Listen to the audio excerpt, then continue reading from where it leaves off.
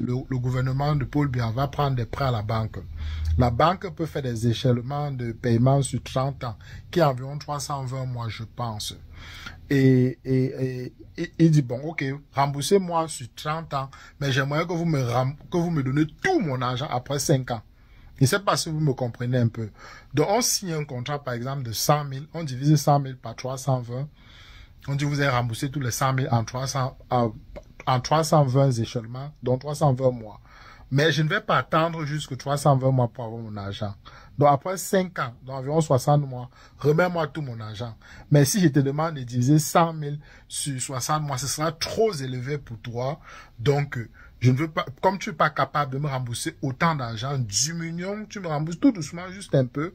Mais après 5 ans, rembourse-moi tout mon argent. Donc, ce que l'État du Cameroun fait, c'est que quand les 5 ans arrivent et qu'ils doivent rembourser tout l'argent de la banque, ils prennent un prêt dans une autre banque pour pouvoir rembourser les accords qu'ils avaient à la première banque. Donc, voilà où la communauté internationale peut intervenir.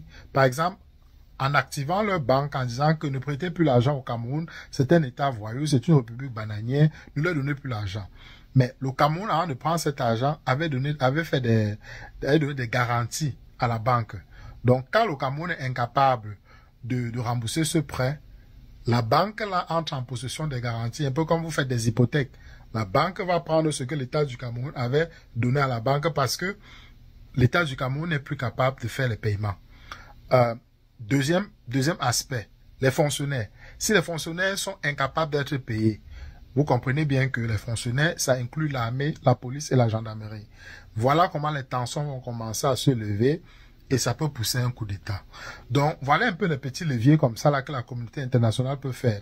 Et on peut aussi lancer des mandats internationaux de recherche, la CPI, contre certains individus qui ont tiré à balles réelles et dont on a vu, même les longueurs qu'on a frappé et on voyait la torture. Le Cameroun a ratifié des contrats où il ne devrait pas faire la torture. Donc, Issa Chiroma peut se lever et présenter ça devant la CPI et avec le soutien des États qui soutiennent Issa Chiroma, ce truc peut aller très vite. On peut commencer à lancer quelques mandats internationaux contre certains jouisseurs de la République qui aiment toujours aller se pavaner en Europe. Par exemple, quelqu'un comme Paul Biya, il est malade. Imaginez, on lance un mandat d'arrêt contre Paul Biya. Il ne peut plus aller en Europe. S'ils vont, on va l'arrêter. Et s'il ne peut pas aller en Europe, ils sont obligés de rester au Cameroun, il va aller en Russie ou bien en Chine. Les autres pays qui n'ont pas signé la CPI, ils n'ont pas ratifié la CPI. Voilà où il va aller. Mais on sait très bien que ce sont des jouisseurs. Ils ont mis, la majorité de leur fortune réside en Europe là-bas. Donc, ils vont faire comment pour accéder à ça? Pour bien va mourir. Et parmi les gens d'Arbuon, c'est qu'Atangandji, il a la nationalité américaine. Jean de Dieu Momo n'a pas la nationalité américaine. C'est ce que Dupont a expliqué dans une partie de son live. Il dit que c'est sa femme qui a les origines tanzaniennes. Elle a la nationalité américaine. Mais Jean de Dieu Momo a la green card. Donc, pour avoir la green card, vous ne pouvez pas rester à l'extérieur pendant plus de 6 mois. Donc, j'imagine que Jean de Dieu Momo fait les allers-retours entre les États-Unis et le Cameroun pour pouvoir maintenir sa green card. S'il le fait pas, c'est que sûrement il a perdu sa green card. Je sais qu'il y a beaucoup de personnes qui disent qu'il était allé voter à l'ambassade de l'Amérique. C'est pas vrai. Ce sont juste des rumeurs. Donc, sans plus tarder, je m'arrête ici. C'était une longue introduction de 5 minutes. Je vous laisse écouter l'érudit Jean-Pierre Dupont qui nous explique la prochaine stratégie de Issa Chiroma en utilisant la communauté internationale ou bien les leviers qu'il peut activer avec la communauté internationale. Écoutons notre érudit. Alors, excellente question de Zach Sali, de bien mal acquis et de blanchiment d'argent. Quand on gèle les comptes, ce n'est pas la confiscation en droit. Gêner les comptes, ça veut dire que vous ne pouvez pas faire usage. C'est comme une suspension. Vous apportez des justifications, des justificatifs, et on lève les gels.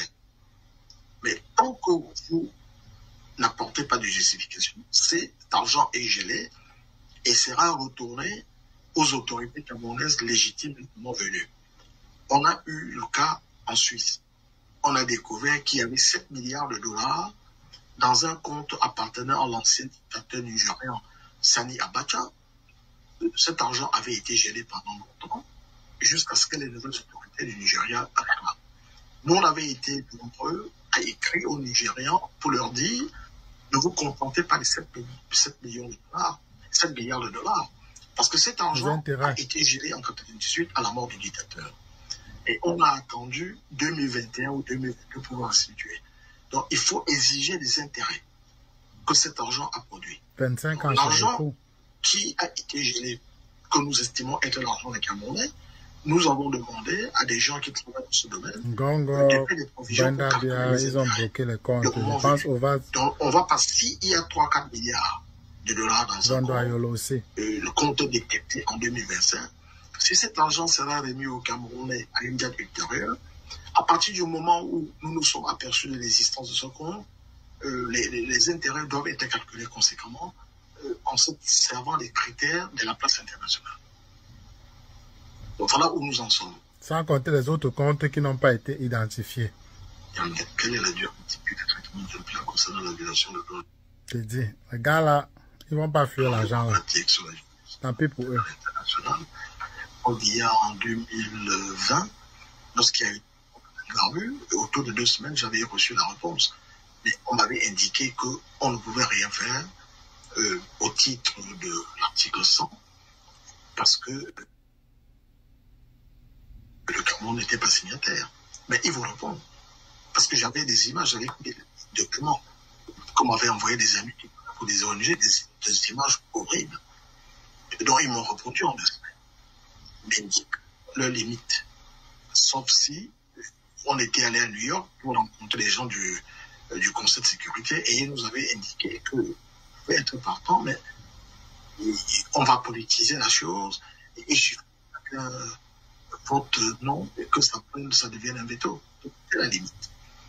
Donc, si vous portez plainte à la CPI, vous avez des barrières que je vous ai indiquées. Vous pouvez porter plainte, je peux vous donner l'adresse, vous portez plainte tout de suite, vous aurez la réponse en semaine. Et ils vous diront ce que je suis en train de vous dire là.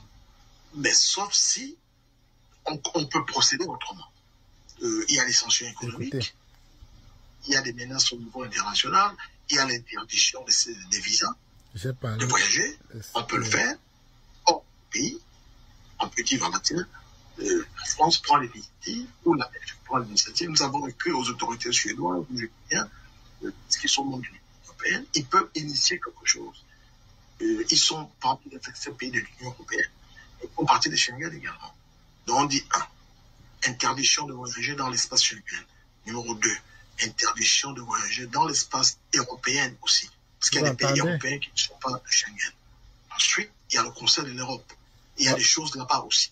Voilà le rôle de la communauté internationale. Donc, pour ceux qui minimisent le pouvoir de la communauté internationale et veulent limiter la communauté internationale aux gens qui vont venir les bombes pour éclater le Cameroun, c'est pas vrai. Voici d'autres leviers qu'on peut activer. Il y a tout un truc de panoplie. Et ensuite, on peut faire pression sur les établissements bancaires. Vous avez le Club de Paris et le Club de Londres. Ces deux clubs réalisent à eux deux 1200 banques commerciales. Si elles refusent de prêter de l'argent au gouvernement camerounais, ça en est fini. Et puis, on prend les agences de notation. Bon, c'est déjà fait, c'est pas moi qui le fais. Si vous allez dans les agences de notation, le Cameroun a un mauvais drap. Donc, on leur prête de l'argent cher. Donc, il y a toutes ces choses qu'on peut combiner. Et si ça n'avance pas, on peut s'attaquer aux compagnies aériennes. On les met sur un blocus. Parce que ce sont les conséquences des actes qu'ils ont commis. Donc, donc on a des négociations, d'abord sur le plan politique, parce qu'on voit comment on va régler cette histoire.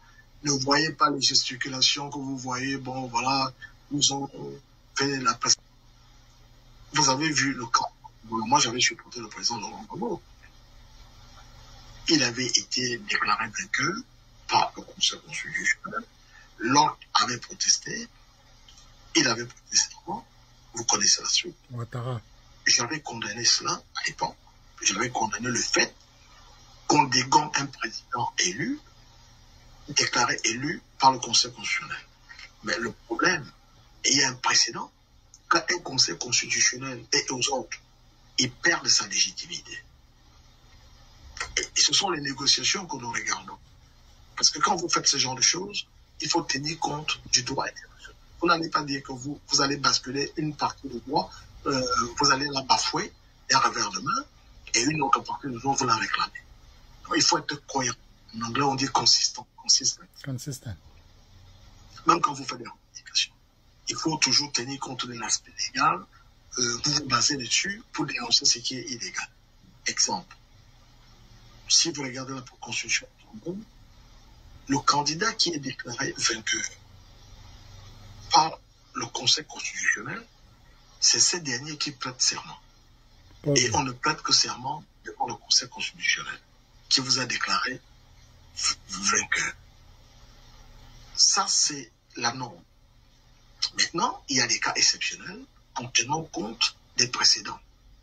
Côte d'Ivoire, Gambie, où le président élu par le peuple a prêté serment au Sénégal.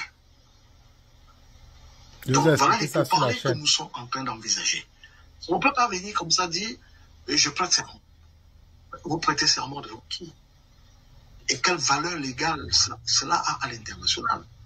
Je ne sais pas qui vous a dit qu'il suffisait de prêter serment et puis Chiroma devenait président. Voilà, c'est ce que je vous ai dit. Donc il y a des choses qu'on regarde. Et ce sont ces négociations que nous faisons. Il y a un conseil constitutionnel qui est partisan, alors qu'il doit être neutre. Où est la preuve de la partisanerie? Nous avons des conversations en région. Où je ne peux pas les montrer ici parce que ces pièces sont en haut lieu et on en débat en ce moment. Nous parlons du cas de Chiroma. Et ça remonte à Kanto. Et ce sont les gens de l'intérieur qui nous envoient les informations que nous mettons à la disposition de la communauté internationale. Parce que l'histoire de l'élection que moi, je terminée. On a des cassettes ou, enfin des voices, où on a refait le film. On appelle Yebga, vous avez suivi ça ici. Le traître. Marc Mbolo, reposez-moi la question. Très intéressante votre question. On a l'arrangement des gens du régime qui reçoivent l'ordre de trouver un moyen de mettre comme pour appâter Kanto. La personne dit non, on va faire mieux. On connaît quelqu'un qui va truc avec Yebga. Et il propose des sommes d'argent. Et voilà pourquoi Ngongo a une liste de 7 ministres qui soupçonnent. Parce que nous avons ces informations que nous avons mises à Je vous avais dit ici que d'après les informations qui me remontaient, à cause de logiciel Pegasus, Ngongo soupçonne 7 ministres, 7, de travailler avec Chiroma. Vous voyez que Dupont confirme cette information. Disposition de la communauté internationale pour disqualifier le Conseil constitutionnel et disqualifier Eleka. Ils ont la preuve que la femme de Clément Atangana est militante du RDPC et elle a été députée de ces partis. On a la preuve que Clément Atangana a été pris la main dans le sac en prenant part à une réunion du RDPC dans le où ils ont parlé en boulou et on a la traduction de ce qu'ils ont dit. On a la preuve que ils ont comploté en amont avec Elekam pour écarter Kanto. On a la preuve que les gens là-bas ont reçu 50 millions chacun. Tout avait parlé. On a les relevés bancaires. On a la preuve qu'au Conseil constitutionnel, ils ont reçu 50 millions chacun. Et que Clément Atangana a reçu 80 millions. Tout avait parlé de ça. Ça, c'est la phase numéro 1. Donc, quand vous avez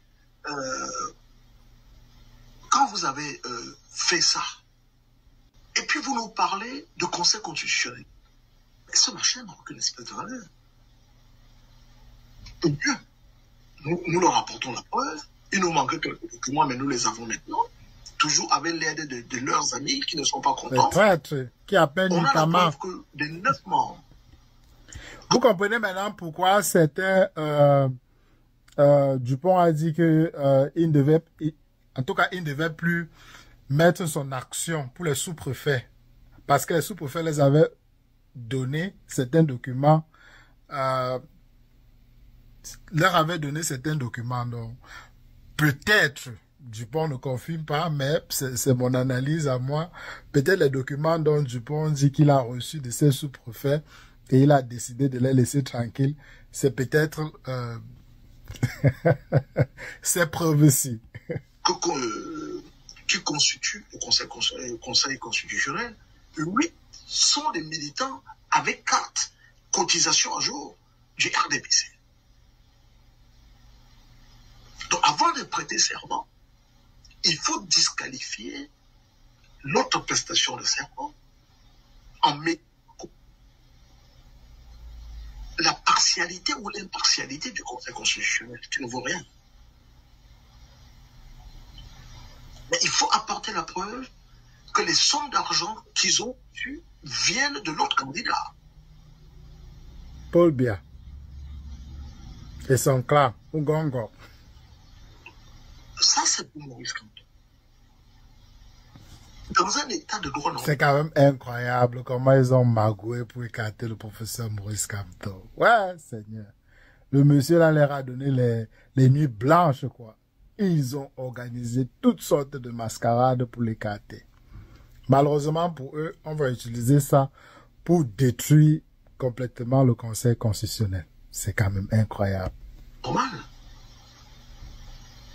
Ça annule toute l'élection. Même si lui n'a pas été candidat. Kamto, Maurice. S'il n'y avait pas ça, même écarté, il aurait été candidat. Ton nom vient toujours. Un ministre de l'Intérieur, ministre de l'administration territoriale, Tanganji, qui sabote son propre site internet. Vous avez vu ça? Il a piraté le site de son propre ministère. Dans un pays normal, rien que c'est fait que je rêve, vous voyez, je n'ai pas encore prononcé le nom de Chiroma. Mais c'est fait. Même si Chiroma avait gagné, dans un pays normal, tout ce que je viens de relever est une raison légitime pour annuler l'élection, même si elle a déjà eu lieu. Parce que c'est nul et non avenu. Lui, Thierry me demande quel serment s'est fait à partir de l'étranger. Ça s'est fait. Je vous ai cité le cas gambien. Il a prêté serment au Sénégal parce que la communauté internationale était derrière lui. Mais le problème ici, c'est que... Donc vous entendez encore le rôle de la communauté internationale. C'est pas seulement amener les armes. Il y a beaucoup de leviers qu'on peut activer. Donc, calmez-vous quand on prononce le nom de la communauté internationale. C'est d'ailleurs pour ça que le RDPC transpire. Si vous restez à l'état 1, en restant, tous les juristes vont vous dire ce que je vous dis là. Et il dit c'est seulement la première étape, tout ce qu'il raconte là. On a annulé l'élection présidentielle en France en 1995. Parce qu'on avait apporté, c'est Roland Dumas qui le dit dans ses mémoires. Il était président du Conseil constitutionnel. Il s'est dit, bon, on va fermer les yeux. Sinon, la France n'aura pas de président. On a apporté la preuve que Balladur avait mal financé sa campagne. Mais on a aussi apporté la preuve que Chirac c'était le même. Donc, il fallait annuler l'élection présidentielle. Donc, de tout ce que je viens de vous raconter, dans un état de loi normal, et nous sommes dans les négociations, parce qu'il y a des gens qui poussent à autre chose. Je ne vais pas dévoiler des choses ici. Rien que ce que je vous explique, vaut qu'on annule l'élection. Donc, il continue toujours à recevoir des preuves. Le mot des gens dans le régime, dont les gens dans le régime est en train de leur fournir les preuves pour qu'ils puissent faire tomber Gongor et sa clé. Pour lequel on a écarté, alors qu'il... Je vous ai dit que l'ONU veillait à la paix, mais on a l'ONU aussi complice. La preuve que l'ONU a fait des magouilles avec Elecam. Et c'est très très grave.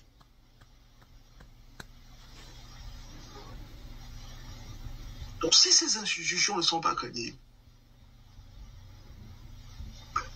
tout ce qu'elles disent, c'est nul et non avenu. Alors maintenant, si vous prenez les PV des élections passées... Ça c'est pour Tiroma, le plan, le deuxième état. Parce qu'il y a des gens à l'intérieur qui donnaient des copies. Chiroma s'est contenté des 18 localités les plus importantes. Si c'est bien comptabilisé, il est à pratiquement plus de 70%. Donc, certains pontes du régime ont donné des PV à Chiroma. Donc, même les gens dans le régime avaient fait tomber le régime. Et on va utiliser ces PV pour aller présenter devant la communauté internationale. J'espère que Michel Bienton comprend cette vidéo, comme il dit toujours que Issa Chiroma n'a aucun PV, ainsi de suite. Il n'a pas besoin de montrer tous ces PV. Il n'a qu'à aller déposer ça devant un juge. Le juge lui-même examinera. Donc, il ne faut pas toujours parler juste pour parler. Serment que tu veux prêter serment sur la base du faux. Je te dis. Et ça a toujours été comme ça. Depuis 43 ans.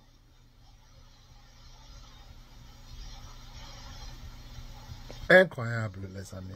Vous prêtez serment sur la base du faux. C'est comme ça que vous voulez construire un pays? Le Rwanda. Mais ils n'ont rien construit depuis, puisqu'ils le font depuis le commencement. Paulette, je vous mets mon numéro là. S'ils ont fait, ça ne marche pas. Pourquoi est-ce qu'ils aimeraient? S'ils ont fait, ça marche pas. Pourquoi est-ce qu'ils aimeraient construire le pays? Puisqu'ils ne passeront pas la force. Un message Ils l'ont toujours prouvé. C'est quand même ridicule. Pourquoi changer le cheval gagnant? Vous allez prêter serment sur la base du faux. C'est comme ça que vous voulez construire une nation. Ils ne veulent pas construire une nation. Et vous pensez que les Camerounais vont accepter ça? Le Rwanda. Non. Il y a des choses qui se font, mes chers.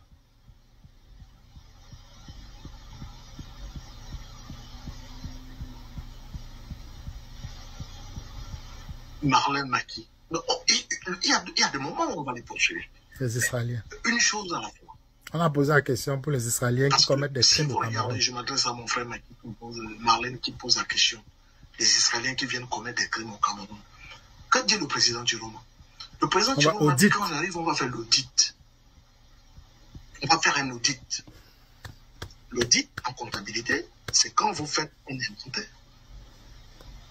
Mais pour les cartes, on fait une enquête en fait. On fait une enquête où l'argent est parti. Comme on dit.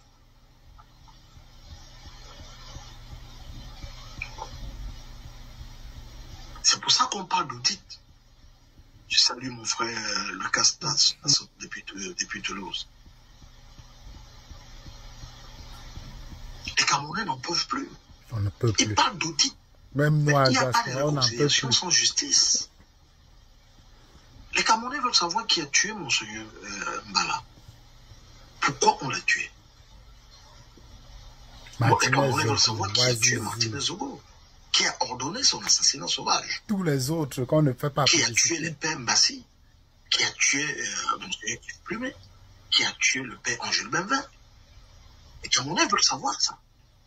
Et plein d'autres. Qui a tué Jean-Yann Bignan, notre première dame? Paul Biya. Dans quelles conditions elle est morte? L'audit.